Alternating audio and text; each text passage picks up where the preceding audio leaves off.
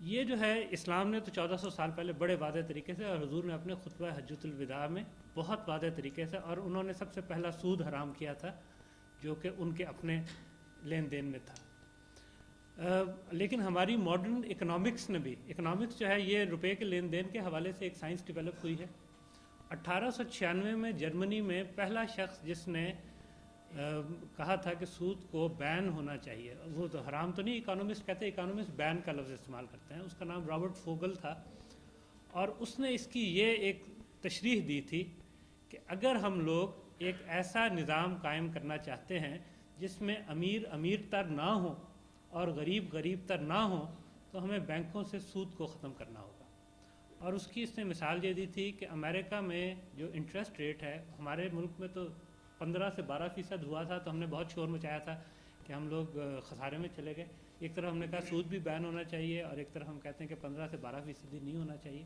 تیسری طرف ہم نے یہ کہا کہ جب وہ زکوٰۃ کٹتی ہے سود میں سے، بینکی نظام میں سے، تو ہم اپنی رقم پہلے نکال لیتے ہیں ایک دن، اور دوسرے دن جب اور لکھ کر بھی دے دیتے ہیں کہ الحمدللہ ہم سنی مسلمان نہیں ہیں، اس لیے ہماری زکوٰۃ نہ کاٹی جائے۔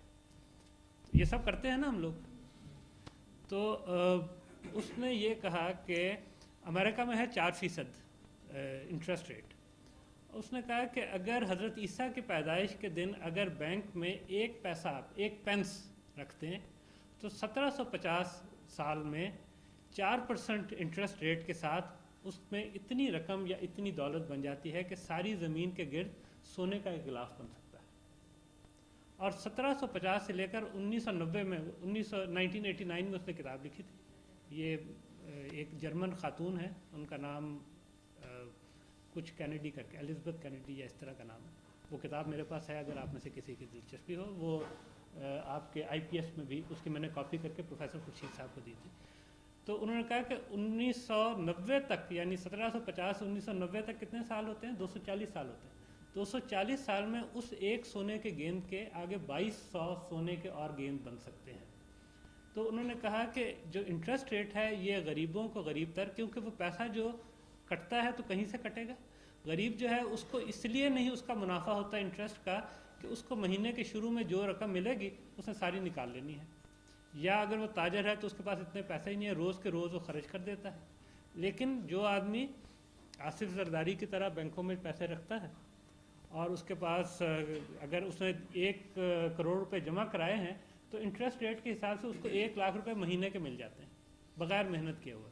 اسلام آئیڈل منی کے خلاف ہے کہ جب آپ کو بغیر محنت کی کوئی رقم مل جاتی ہے تو آپ اس کو پھر فضول کاموں میں ایزی گو کا محاورہ بھی آپ نے سنا ہوگا۔ تو اس میں سب سے بڑی بات یہی ہے کہ جب آپ محنت کر کے کماتے ہیں تو آپ خرچ بھی محنت کر کے اور پورا زور لگا کر ٹھوک بجا کر کے دیکھو محنت کی کمائی ہے، غلط کام میں نہیں خرچ ہونی چاہیے۔ لیکن جب آپ کے پاس پیسہ فالتو اور بغیر محنت کے آتا ہے تو آپ اس کو خرچ بھی اسی طرح کرتے ہیں۔